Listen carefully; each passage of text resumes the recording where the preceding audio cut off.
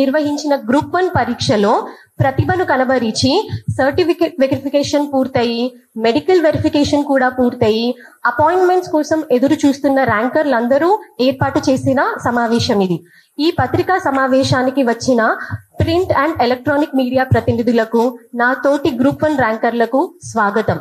వివిధ కారణాల వల్ల ఈ గ్రూప్ 1 నియామక ప్రక్రియ ఆలస్యం అవుతున్నందున మాకున్న ఆందోళనలు, మేము ఎదుర్కొంటున్న అనేక సమస్యలు ఈ ప్రెస్ మీట్ ద్వారా మీకు, మీ ద్వారా తెలంగాణ పౌర సమాజానికి తెలియజెప్పాలి అనుకుంటున్నాము. అందరికీ నమస్కారం అండి. నా పేరు రంజిత్. నేను ఇటీవల విడుదలైన గ్రూప్ 1 ఫలితాల్లో మంచి ర్యాంక్ సాధించాను. అయితే మనందరికి తెలుసు, మనం తెలంగాణ సాధించుకుందే నీళ్లు, నిధులు, నియామకుల కోసం. అయితే గ్రూప్ 1 సర్వీస్ అనేది అత్యంత ప్రతిష్టాత్మకమైనదని మనకు తెలుసు మన తెలంగాణ రాష్ట్రంలోనే. ఎందుకంటే ఇది ఒక జాబ్ కాదు, ఒక సర్వీస్ అని మనమే అంటున్నాము. ఎందుకంటే ఈ పొజిషన్లో ఉండి మనం ఒక కామన్ సిటిజన్ లైఫ్లో కొన్ని సిగ్నిఫికెంట్ చేంజెస్ అనేవి మనం తీసుకొచ్చే అవకాశం ఉంటుంది. సో ఇక్కడ ఉన్న చాలా మంది, ఇది ఒక 3 సంవత్సరాలు అయింది మనకు నోటిఫికేషన్ వచ్చి, కానీ 3 సంవత్సరాల నుంచి మాత్రమే ప్రిపేర్ అయిన వాళ్ళు చాలా తక్కువ మంది ఉంటారు. ఎక్కువ మంది వాళ్ళు చిన్నప్పటి నుంచే వాళ్ళ పేరెంట్స్ అయినా లేకపోతే వాళ్ళ టీచర్స్ ప్రొవైడ్ చేసిన ఇన్స్పిరేషన్ తోనే చాలా మంది ముందుగానే వాళ్ళు ఇటు సైడ్ సివిల్ సర్వీసెస్ సైడ్ అయినా గ్రూప్ 1 సైడ్ అయినా వద్దామని అనుకుంటారు. సో అందులో నేను కూడా ఒకరిని. అయితే మనకి తెలంగాణ రాష్ట్రం వచ్చిన తర్వాత మొట్టమొదటిసారిగా గ్రూప్ 1 నోటిఫికేషన్ అనేది వచ్చింది. సో ఈసారి ఎంత కష్టపడైనా, ఎంత పోటీ ఉన్నా కూడా గ్రూప్ 1 సర్వీస్ సాధించాలి, చిన్నప్పటి నుంచి అనుకున్న కళను నెరవేర్చుకోవాలనే ఆశతో మేమందరం కూడా ఈ గ్రూప్ 1 ప్రయాణాన్ని మొదలు పెట్టాము. అయితే మనకు తెలుసు, కొన్ని కారణాల వల్ల 2 సార్లు మనం గ్రూప్ 1 ప్రిలిమ్స్ రాసినా కూడా అది రద్దవ్వాల్సి వచ్చింది. అయినా ఆ కాన్ఫిడెన్స్ అనేది కోల్పోకుండా 3వ సారి కూడా ప్రిలిమ్స్, మెయిన్స్ కూడా అంతకన్నా ఎక్కువ కష్టపడి క్లియర్ చేశాము. మంచి ర్యాంక్ కూడా సాధించాము. మనందరూ తెలిసినట్టుగా GRL అనేది March 31 రోజు రిలీజ్ అయింది, ఉగాది రోజున. సో కొత్త సంవత్సరం, కొత్త మంచి న్యూస్తో స్టార్ట్ చేస్తున్నాము. ఇంకా మన భవిష్యత్ అంతా మంచిగా ఉండబోతుంది. సొసైటీలో గౌరవంగా బ్రతకొచ్చు. అలానే ఇప్పటివరకు పడ్డ కష్టాలన్నిటి నుంచి మనం విముక్త అయిపోతాము. మన నెక్స్ట్ జనరేషన్స్ అన్ని కూడా బెటర్గా ఉంటాయని ఒక ఆశతో మన ర్యాంకర్ వచ్చిన వాళ్ళందరూ, వాళ్ళ సన్నిహితులు, వాళ్ళ తల్లిదండ్రులు అండ్ వాళ్ళకి సహకరించిన వాళ్ళందరూ కూడా ఆనందోత్సవాల్లో మునిగిపోయారు ఆ రోజు. కానీ అది 3 నెలల ముచ్చటగానే మిగిలిపోయింది. మనకి తర్వాత కొన్ని కారణాల వల్ల ఈ రిక్రూట్మెంట్ అనేది తాత్కాలికంగా నిలిపివేయబడాల్సి వచ్చింది. అయితే ఇక్కడ మీరు చూస్తున్నట్టుగానే గత 2-3 నెలల నుంచి మా పైన చాలా దుష్ప్రచారం అనేది జరుగుతుంది. ఇప్పుడు మేము మీ ముందుకు వచ్చేంత వరకు కూడా ఇక్కడ చాలా మంది గురించి మీకు తెలియదు, మా ఫేసెస్ కూడా మీకు తెలియదు, అసలు మేము ఎక్కడి నుంచి వచ్చాము, మా హిస్టరీ ఏంటి, మేము ఎలా కష్టపడ్డాము అదంతా కూడా తెలియకపోవచ్చు. కానీ ఆ టేకెన్ ఫర్ గ్రాంటెడ్ లాగా తీసుకొని మా పైన అండరాని మాటలు అన్నారు. అది మమ్మల్ని చాలా కలత గురి చేసింది. అయితే మేము గత 3 సంవత్సరాల నుంచి మాక్ టెస్ట్లని, హాస్టల్ ఫీజు అని, కోచింగ్ ఫీజు అని మా పేరెంట్స్ పైన డిపెండ్ అయినాం. ఇక్కడ ఉన్న చాలా మందిలో ఎంప్లాయిడ్ ఉన్నారు, బట్ చాలా మంది అన్ఎంప్లాయిడ్ ఉన్నారు. ఈ 3 సంవత్సరాల నుంచి ఆర్థికంగా వాళ్ళపైనే భారం వేసి 25-26 ఇయర్స్ వచ్చిన తర్వాత కూడా ఇంకా ఎన్ని రోజులు ఇలా ఉంటామని అనుకుంటాం. డెఫినెట్గా మనం అందరం అనుకుంటాము, అట్లీస్ట్ ఇప్పుడైనా మనకు ర్యాంక్ వచ్చింది, ఇదన్నీ పోయి మనం ఆర్థికంగా ఇండిపెండెంట్గా అవుతాము అనుకునే సమయానికి ఇదంతా ఇలా ఆగిపోవాల్సి వచ్చింది. దాంతో మళ్ళీ కథ మొదటికే వచ్చింది. మళ్ళీ పేరెంట్స్ పైనే ఆర్థికంగా డిపెండ్ అవ్వాల్సిన పరిస్థితి వచ్చింది. దీంతో పాటు మనం ఇందాకే మాట్లాడుకున్నట్టు 2-3 నెలల నుంచి మనకి దుష్ప్రచారం జరగడం వల్ల ఇరుగు పొరుగు వాళ్ళు కూడా అది నిజం అనుకోని, ఎందుకంటే ఒక అబద్ధాన్ని మనం 100 సార్లు మాట్లాడినప్పుడు అది అందరు నిజమని నమ్ముతారు. అలానే నమ్మేసి ఎక్కడికి వెళ్ళినా కూడా మా పైన సూటిపోటి మాటలు అంటున్నారు. అది మాతో పాటు మా పేరెంట్స్ వీళ్ళందరూ కూడా చాలా బాధపడాల్సి వస్తుంది. అటు ఆర్థికంగా ఇబ్బంది పడాల్సి వచ్చిన పరిస్థితి ఉంది, అలానే మానసికంగా కూడా మేము ఇట్లా వేదన గురవాల్సి వస్తుంది. అందుకే ఇలా సభాముఖ్యంగా మేము ఇక్కడికి వచ్చి మా వేదన తెలియజేయాలని ఇక్కడ ఉన్నాం ఈరోజు. అయితే మేము ఈ రాజ్యాంగ పరంగా ఏదైతే వ్యవస్థలు అనేవి ఏర్పడ్డాయో వాటి అన్నిటిపైన మాకు పూర్తిగా నమ్మకం ఉంది. అలానే టీజీపీఎస్సీ కండక్ట్ చేసిన ఈ గ్రూప్ 1 ఎగ్జామ్ అత్యంత ట్రాన్స్పరెన్సీ, ఇంటిగ్రిటీతో జరిగిందని మేము అందరం నమ్ముతున్నాము. ఎందుకంటే మేము ఇక్కడ ఉన్నదే దానికి సాక్ష్యము. ఎందుకంటే ఇక్కడ చాలా మంది పేద మధ్యతరగతి వాళ్ళు ఆ స్టేజ్ నుంచే వచ్చిన వాళ్ళము. మీరు అన్నట్టుగా మేము అన్ని చేసి అయితే ఇక్కడికి రాలేదు. సో ఏదైతే మా తరఫు నుంచి ఒకటే విన్నపం, ఇదంతా చూస్తున్న వాళ్ళు, దట్ ఈ రిక్రూట్మెంట్ అనేది ఎంత తొందరగా అయితే అంత తొందరగా కంప్లీట్ చేసి మళ్ళీ తెలంగాణ రాష్ట్రంలో గ్రూప్స్ జాబ్స్కి ఒక ట్రస్ట్ అనేది ఎస్టాబ్లిష్ చేయాలి. మనం ఇలాంటి కారణాల వల్ల మళ్ళీ గ్రూప్స్ ఎగ్జామ్స్ అనేది ఇలా వాయిదా పడకుండా జరగాలని మేము కోరుకుంటున్నాము. ధన్యవాదాలు. అందరికీ నమస్కారం అండి. నా పేరు గోపీకృష్ణ. నేను రీసెంట్గా కండక్ట్ చేసిన గ్రూప్ 1 ఎగ్జామినేషన్లో ర్యాంక్ 70 వచ్చింది. ఈరోజు మీ ముందుకి రావడానికి మెయిన్ కారణం ఏంటి అంటే, లాస్ట్ 3 years నుంచి 2022లో నోటిఫికేషన్ వచ్చిన కాడ నుంచి రీసెంట్ మెడికల్ డాక్యుమెంట్ వెరిఫికేషన్ అయిపోయేంత వరకు ప్రాసెస్ ఎలా జరిగిందో మీరు అందరూ చూస్తూనే ఉన్నారు. అంటే ఇప్పుడు నా పర్సనల్ నేను ఎందుకు వచ్చానంటే, ఈ ఎగ్జామినేషన్ క్రాక్ చేయడానికి ఈరోజు మీ ముందు ఒక ర్యాంకర్స్ లెక్క మీ ముందుకి స్ట్రగుల్ చాలా ఉంది. ఎందుకంటే ఎవ్రీ ఆస్పిరెంట్ కి ఒక స్టోరీ ఉంటుంది, నార్మల్ గా వాళ్ళు ఎలా వచ్చారు ఏంటి అనేది. నా పర్సనల్ గా నేను చెప్పాలి అంటే సార్, 2022లో నోటిఫికేషన్ వచ్చినప్పుడు నేను సెంట్రల్ గవర్నమెంట్ లో వర్క్ చేస్తున్నాను.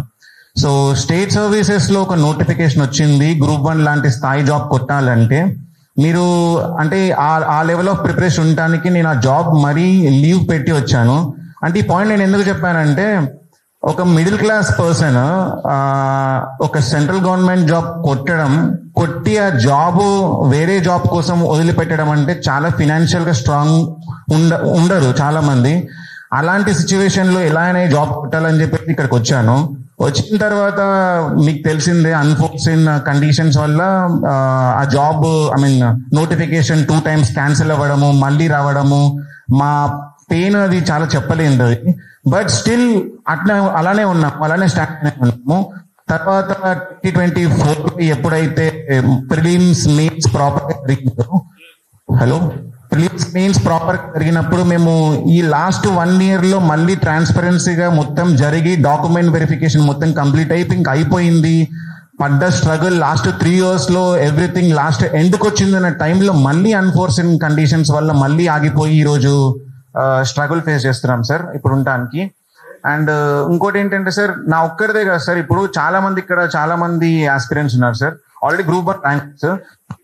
చాలా డిఫరెంట్ స్టోరీస్ ఉన్నాయి సార్. అంటే ఏంటంటే, ఇప్పుడు యూపీఎస్సీ 6 attempts 7 attempts ఉంటాయి సార్, ఆ ఇచ్చేసి ఇంకొక అటెంప్ట్ ఇస్తే అయిపోతుంది అనుకున్న టైంలో కూడా గ్రూప్ 1 వచ్చింది కదా, ఈ అటెంప్ట్ ఒక్కటి ఆపుదాము, ఎందుకంటే ఆల్మోస్ట్ ఫస్ట్ స్టేజ్ అయిపోయింది కదా, ఒకసారి జాయిన్ అయిపోయిన తర్వాత ఇద్దామని చాలా మంది ఆగిపోయారు సార్. ఆ టైము వాళ్ళ కాస్ట్ ఆఫ్ ఎక్స్పీరియన్స్ చాలా చెప్పలేంది సార్. ఇంకా సార్, నేను సెంట్రల్లో జాబ్ లీవ్ పెట్టి వచ్చినప్పుడు ఇక్కడ అశోక్ నగర్ లో ఉన్నాను సార్. నాతో పాటు చాలా మంది ప్రిపేర్ అయ్యారు, వాళ్ళకి వచ్చారు. కానీ సార్ ఇప్పుడు వాళ్ళంతా ఎక్స్పీరియన్స్ ఒక్కొక్కరు 6 attempts ఇచ్చి 7 attempts ఇచ్చి 4 interviews వెళ్ళిన వాళ్ళు కూడా ఉన్నారు సార్ దాంట్లో. అప్పుడు కూడా సక్సెస్ఫుల్ కాలేదు వాళ్ళు. కానీ అందరికి మంచి ర్యాంక్ వచ్చి ఇంకా అయిపోయింది ప్రాసెస్ అనుకున్న టైంలో కూడా స్టిల్ ఇంకా అదే financial struggles still Ashok Nagar లో ఉన్నారు సార్ వాళ్ళు. అంటే వాళ్ళు ఎవరు సమాధానం చెప్తారు, ఈ ప్రాసెస్ డిలే వల్ల వాళ్ళకి ఎంత లాస్ అవుతుంది అన్నది ఎవరు గుర్తించట్లేదు సార్ ఫస్ట్. అండ్ చాలా మంది కొందరు ఎంప్లాయీస్ సార్ వేరే జాబ్స్ లో ఉన్నారు, చిన్న జాబ్స్ లో గ్రూప్ 4 గ్రూప్ 3 ఆర్ వేరే జాబ్స్ లో చాలా ఉన్నారు. ఆ జాబ్స్ లో నో అబ్జెక్షన్ సర్టిఫికేట్ తీసుకొని ఇంకా వేరే జాబ్కి వెళ్దామని చెప్పేసి ఎదురు చూసి అది ఏమవుతుందో అర్థం కాక 3 months పీరియడ్ 4 months పీరియడ్ అని కొంచెం టైం పీరియడ్ ఉంటుంది సార్. అది చెప్పుకోలేని సిచ్యువేషన్ లో వాళ్ళు కొందరు ఉన్నారు సార్, అలా చాలా మంది ఉన్నారు. అండ్ ఇలా సార్ చాలా స్ట్రగుల్స్ ఉన్నాయి. కాకపోతే ఏంటంటే మేము రిక్వెస్ట్ చేసేది ఒకటి, ఈ రోజు ఈ ప్రాసెస్ ఎంత జెన్యూన్ జరిగిందో లాస్ట్ 1 year నుంచి ఎవ్రీ ప్రాసెస్ ని అందరు చూస్తున్నారు. దానికి ఎగ్జాంపుల్ నేను చెప్పిన స్టోరీస్ సార్. అంటే every one has their own experience. అంటే వాళ్ళు కష్టపడి వచ్చిన విధానం కానీ, పూర్ బ్యాక్గ్రౌండ్ కానీ, లేకపోతే ఇన్ని యూపీఎస్సీ ఇంటర్వ్యూస్ ఇచ్చి స్టిల్ బయట జరిగే తప్పుడు మాటలకి మేము ఇబ్బంది పడుతున్నాం సార్.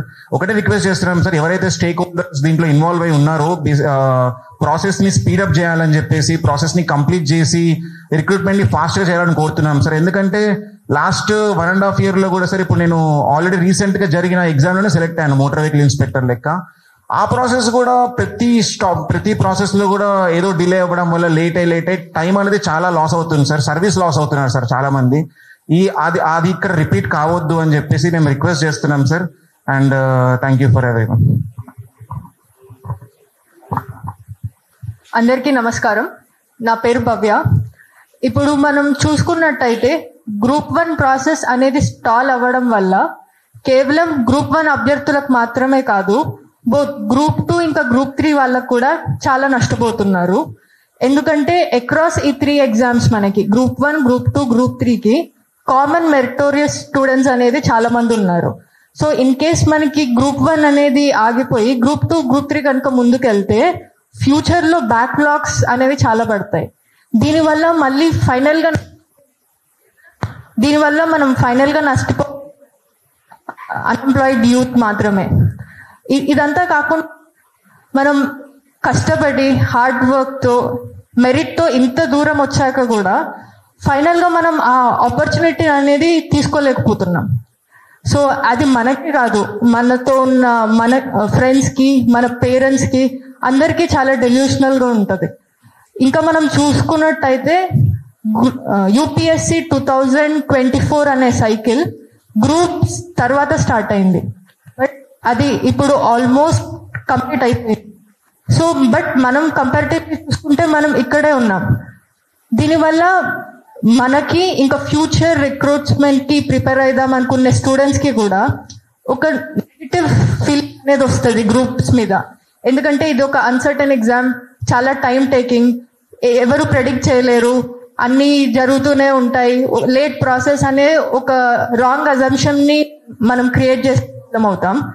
సో మనం ఈ ప్రాసెస్ ని ఎంత ఫేర్, ట్రాన్స్పరెంట్ గా, ఆనెస్ట్ గా ముందుకు తీసుకెళ్తే మనం ఒక మంచి ప్రెసిడెంట్స్ ని సెట్ చేయొచ్చు ఫ్యూచర్ లో ప్రిపేర్ అయ్యే వాళ్ళకు కూడా. ఇంకా మా ఫ్రెండ్స్ చెప్పినట్టు కూడా ఈ సోషల్ మీడియా ట్రయల్స్ కానీ, బయట వాళ్ళు ఏదో అనడం, రాంగ్ అలిగేషన్స్, ఇవన్నీ డ్యూ ప్రాసెస్ లో సాల్వ్ అవుతాయి, ఆనెస్ట్ గా సాల్వ్ అవుతాయని మేము కోరుకుంటున్నాం. అందరికీ నమస్కారం. మనము తెలంగాణ సాధించుకొని 15 సంవత్సరాలు వస్తుంది. నీళ్లు, నిధులు, నియామకాలు తెలంగాణ బిడ్డలకు తనకి మెరిట్ ఉన్నా, ప్రతిభ ఉన్నా మా ఉద్యోగాలు మాకే అని కొట్లాడి తెచ్చుకున్న తెలంగాణ ఇది. అలా 15 సంవత్సరాలు నిరీక్షించిన తర్వాత జరుగుతున్న మొదటి గ్రూప్ 1 రిక్రూట్మెంట్ ఇది. 3 సంవత్సరాలు వస్తుంది. ఈ group 1, group 2, group 3 and group 4 recruitments ఇవన్నీ సకాలంలో ఫిల్ చేసినట్టయితే మళ్ళీ వైభవంగా మన గవర్నమెంట్ ఆఫీసెస్లో కొత్త ఎనర్జీ, కొత్త మోటివేషన్తో పాటు మెరుగైన సర్వీసెస్ అందించాలనుకున్న మాలాంటి చాలా మంది యువకులు ఇక్కడ బయట వెయిట్ చేస్తూ ఉన్నారు. అన్ఎంప్లాయ్మెంట్కి మన తెలంగాణకి ఏ నియామకాల కోసం అయితే కొట్లాడామో అది సాధించుకొని అది తెచ్చుకునే రోజు దగ్గరే ఉంది అని వెయిట్ చేస్తూ ఇప్పటికీ ఇక్కడే ఉన్నాము. హెడ్లైన్స్ దగ్గరే మిగిలిపోయాయి మా గ్రూప్ 1 రిక్రూట్మెంట్స్, మన గ్రూప్ 1 రిక్రూట్మెంట్స్. కానీ ఆ హెడ్లైన్స్ వెనకాల ఉన్నది మా జీవితాలు, నలిగిపోతున్న మా జీవితాలు, మా కుటుంబాల జీవితాలు, మేము చెప్పుకోలేని బాధలు. మేము సంవత్సరాల తరబడి అశోక్ నగర్ వీధుల్లో, స్టడీ హాల్స్లలో పుస్తకాల వాసన, యాంగ్జైటీ తప్ప మరి ఏమీ తెలియదు మాకు. ఎగ్జామ్ నోటిఫికేషన్ వచ్చినా మాకు యాంగ్జైటీయే, అవుతుందా లేదా అని. ఫస్ట్ రౌండ్ అయినా సెకండ్ రౌండ్ అయినా యాంగ్జైటీయే, రిజల్ట్స్ వచ్చిన యాంగ్జైటీయే, సర్టిఫికేట్ వెరిఫికేషన్ అయినాక కూడా ఇంకా యాంగ్జైటీయే. ఇది మారాలి. అండ్ మా కుటుంబాలు కేవలం మా హార్డ్ వర్క్ని మాత్రమే ఇవ్వలేదండి. మా రూపాయి కూడా పెట్టుకున్న మీగర్ సేవింగ్స్ని ఇచ్చాం, మా ప్రైమ్ ఏజ్ని ఇచ్చాం ఈ ఎగ్జామ్ కోసం, మా కన్నీళ్ళు ఇచ్చాం, మా అహోరాత్రాల కష్టాలు ఇచ్చాం. దగ్గర ప్రిలిమ్స్ 3rd రౌండ్లో క్వాలిఫై అయ్యి మెయిన్స్ అన్ని ఎగ్జామ్స్, అన్ని పేపర్స్ అటెంప్ట్ చేసిన వాళ్ళు 21 నుండి 22 వేల మధ్యలో ఉన్నారు. అందులో ప్రతి ఒక్కరికి ఒక కథ ఉంటుందని మేము నమ్ముతున్నాము. అందరిది కష్టమే. నాకు తెలిసిన చాలా మంది ఫస్ట్ టైం ప్రిలిమ్స్ జరగడానికి సెకండ్ టైం ప్రిలిమ్స్ జరగడానికి మధ్యలో మా తల్లిదండ్రులను ఇంకా కష్టపెట్టొద్దు, ఇంకా నేను ఫైనాన్షియల్ గా డిపెండ్ అవ్వాలనుకోవట్లేదు అని పెళ్లిళ్ళు చేసేసుకున్న వాళ్ళు చాలా మంది ఉన్నారు. నాతో పాటు ఎంతో మంది తన తల్లిదండ్రుల్ని కోల్పోయిన వాళ్ళు ఉన్నారు. అయినా కూడా ఈ జర్నీని ఎలాగైనా కంటిన్యూ చేయాలనుకున్నారు. ఇంట్లో ఎవరైనా బై అన్ఫార్చునేట్లీ పోతే మనము వాళ్ళతోని నిలబడి ఉండాలి అని అనుకుంటాం. కానీ ఇక్కడ మేము మా బాధ్యతలు మళ్ళీ మా ఇంట్లో ఉన్న వాళ్ళకి అప్పగించేసి ఎగ్జామ్స్కి ప్రిపేర్ అయ్యాము. అంత కష్టపడి మేము రాసాము. అందరికీ ఉన్నాయి, అందరం మెరిటే, అందరం ప్రతిభావంతులమే. ఆ 21,000 మంది కూడా ప్రతిభావంతులే అని మేము నమ్ముతున్నాము. అందరిది కష్టమే. కానీ ఎంత కష్టపడ్డా కూడా, ఎంత ప్రతిభ ఉన్నా కూడా ఈ రిక్రూట్మెంట్ అనేది ఆ రోజు ఎగ్జామ్లో 563 మంది ఎవరైతే అందరికంటే మెరుగైన పర్ఫార్మెన్స్ ఇస్తారో వాళ్ళకి మాత్రమే చెందుతుంది. అందుకోసమే దీన్ని కాంపిటేటివ్ ఎగ్జామ్స్ అంటారు. కేవలం 563 సీట్స్ ఉన్నాయని మాత్రమే మనందరం అంత కష్టపడ్డాం. అందరూ మెరిట్కి వస్తే బాగానే ఉంటుండే, కానీ అలా లేదు. అందుకోసమే ఇది competitive exam. And with utmost humbleness and ఎంతో బాధ్యతతో నేను చెప్పదలుచుకుంది ఏంటంటే, మేము బల్లగుద్ది చెప్తున్నాం, మేము కేవలం మెరిట్తో మాత్రమే ఈ రిక్రూట్మెంట్లో ర్యాంకర్స్గా ముందుకు వచ్చాము, మరి ఏ ఇతర విధాలుగా కాదు. అండ్ చాలా హంబుల్నెస్తోని, బాధ్యతతోని ఎవరిని వేలెత్తి చూపించాలనుకోవట్లేదు, ఎవరిని బాధ పెట్టాలి అనుకోవట్లేదు, ఎవరిని హర్ట్ చేసి మాట్లాడాలని మా ఉద్దేశం కాదు. కేవలం మా బాధలను మీ ముందు పెట్టడానికి మాత్రమే మేము మీ ముందరికి వచ్చాము. ఇది కూడా ఎంతో కష్టంగా తీసుకున్న డిసిషన్. కానీ మా బాధల్ని మేము ముందుంచితే తెలంగాణ సమాజం మా మాట వింటుంది. మన అన్ఎంప్లాయ్మెంట్కి మనకు ఒక సొల్యూషన్ దొరుకుతుంది. తెలంగాణలో రెగ్యులర్గా రిక్రూట్మెంట్స్ జరుగుతూ ఉండే ప్రక్రియ, ఆ ప్రక్రియకి మనం అలవాటు పడాలి. అలాంటి కల్చర్ మనం తెచ్చుకోవాలి. అండ్ ఫైనల్గా అందరి స్టేక్ హోల్డర్స్కి నాది ఇదే విన్నపం, దయచేసి మా అపాయింట్మెంట్స్ని త్వరగా మాకు ఇవ్వాలని కోరుతున్నాము. Thank you. టు కంక్లూడ్ అండి, ఈ ఒక్క నోటిఫికేషనే ఆల్మోస్ట్ 3 సంవత్సరాలు నడిచింది. 2022 నుంచి ఇప్పుడు మనం 2025లో ఉన్నాము. ఈలోపు 3 యూపీఎస్సీ సైకిల్స్ జరిగాయి. మన పక్క రాష్ట్రాల్లో ఆల్రెడీ 2 సార్లు గ్రూప్ 1 రిక్రూట్మెంట్ అయిపోయింది. కానీ మనం ఎన్నేళ్ళైనా 2011లో లాస్ట్ గ్రూప్ 1 నోటిఫికేషన్ పడింది, అది 2018లో అయ్యింది. సిమిలర్గా 2004 గ్రూప్ 1 నోటిఫికేషన్ 2007లో అయ్యింది. ఇప్పుడు 2022లో స్టార్ట్ అయినది, మళ్ళీ ఇప్పటిదాకా ఒక కొలిక్కి రాలేదు. అంటే ఎట్లా అయిపోయిందంటే, మన తెలంగాణలో గ్రూప్ 1 అంటే ఒక 4-5 ఏళ్ల ఒక సుదీర్ఘ ప్రయాణం అనేది అందరూ అనుకుంటున్న విషయం. మన పక్క రాష్ట్రాల వాళ్ళు కూడా అంటున్నారు, అరే ఏంటి తెలంగాణ గ్రూప్ 1 అంటే ఇంత లేట్ అవుతుంది అని. సో అందరూ కూడా ఈ జర్నీలో యుక్త వయసులో మొదలుపెట్టిన వాళ్ళు ఇప్పుడు already late 20s, mid 30s, late 30s వాళ్ళు కూడా ఉన్నాం అందరం ఇక్కడ. మేము కూడా తెలంగాణ పోరాటంలో పాల్గొన్న వాళ్ళమే. తెలంగాణ సాధించి తెలంగాణకి ఒక సర్వీస్ చేయాలన్న దృక్పథంతో ముందుకొచ్చిన వాళ్ళమే. మాది కూడా ఒక వర్షన్ ఉంది, మాది కూడా ఒక స్టోరీ ఉంది అని ఈరోజు మీ అందరి ముందుకి రావడం జరిగింది. ఎందుకంటే రిజల్ట్స్ వచ్చి ఉగాది నాడు రిజల్ట్స్ వచ్చాయి, మార్చి 30వ తారీఖు. అప్పటి నుంచి మా మీద ఎవరైతే జెన్యూన్ ర్యాంకర్స్ ఉన్నారో మా మీద సోషల్ మీడియాలో కానీ మరి వివిధ మీడియా ఛానల్స్లో కొంతమంది దుష్ప్రచారం చేస్తున్నారు. మేమందరం కూడా మళ్ళీ ఘంటాపదంగా చెప్తున్నది ఏంటంటే, మేమందరము కేవలం మెరిట్ పైన వచ్చాము. ఈ ఎగ్జామ్ అనేది అట్మోస్ట్ ట్రాన్స్పరెంట్గా అండ్ ఆనెస్ట్గా జరిగింది. దీనికి ఇక్కడున్న 100 మంది రాలేకపోయినా ఇంకా వందలాది మంది నా స్నేహితులు ర్యాంకర్లే సాక్ష్యం. ఎందుకంటే మేమందరం కూడా యూపీఎస్సీ మొదలగు ఎగ్జామ్స్ రాసిన వాళ్ళమే. సో ఆ ఎగ్జామ్స్ ఎట్లా జరుగుతాయి తెలుసు, మన గ్రూప్ 1 ఎలా అయింది కూడా మాకు తెలుసు. సో ఇది చాలా ట్రాన్స్పరెంట్గా, ఆనెస్ట్గా, ఇంటిగ్రిటీ తోటి అయిన ఎగ్జామ్. కాబట్టి మేమందరం కూడా కాన్ఫిడెంట్గా ఈరోజు మేము ముందుకు వచ్చి మాట్లాడడం జరుగుతోంది. ఈ మీడియా సమావేశం ద్వారా మేమందరికి కూడా తెలియజేయాలనుకున్నది ఒక్కటే, all stake holders of Telangana society అందరూ కూడా మా సైడ్ వర్షన్ కూడా ఈ సమావేశం ద్వారా మీరు వినండి. మా మెరిట్ని మా ఆనెస్టీని గుర్తించండి. గత 3 ఏళ్లుగా ఆగిన గ్రూప్ 1ని, అలాగే గ్రూప్ 1 ముందుకెళ్తే ఇందాక నా మిత్రులు అన్నట్టు గ్రూప్ 2, గ్రూప్ 3ని కూడా ముందుకు తీసుకెళ్ళి ఈ యొక్క తెలంగాణ సమాజంలో ఏదైతే ఎంప్లాయ్మెంట్ కోసం చాలామంది యూత్ వెయిట్ చేస్తున్నారో వాళ్ళందరికీ కూడా జస్టిస్ జరగాలని మేమందరం కోరుకుంటున్నాము. అండ్ ఫైనల్లీ మా అందరికి కూడా అతి త్వరలో నియామక పత్రాలు అందుతాయని ఆశిస్తూ ఇక్కడ విచ్చేసిన వాళ్ళందరికీ ధన్యవాదాలు తెలుపుతూ జై తెలంగాణ. Thank you.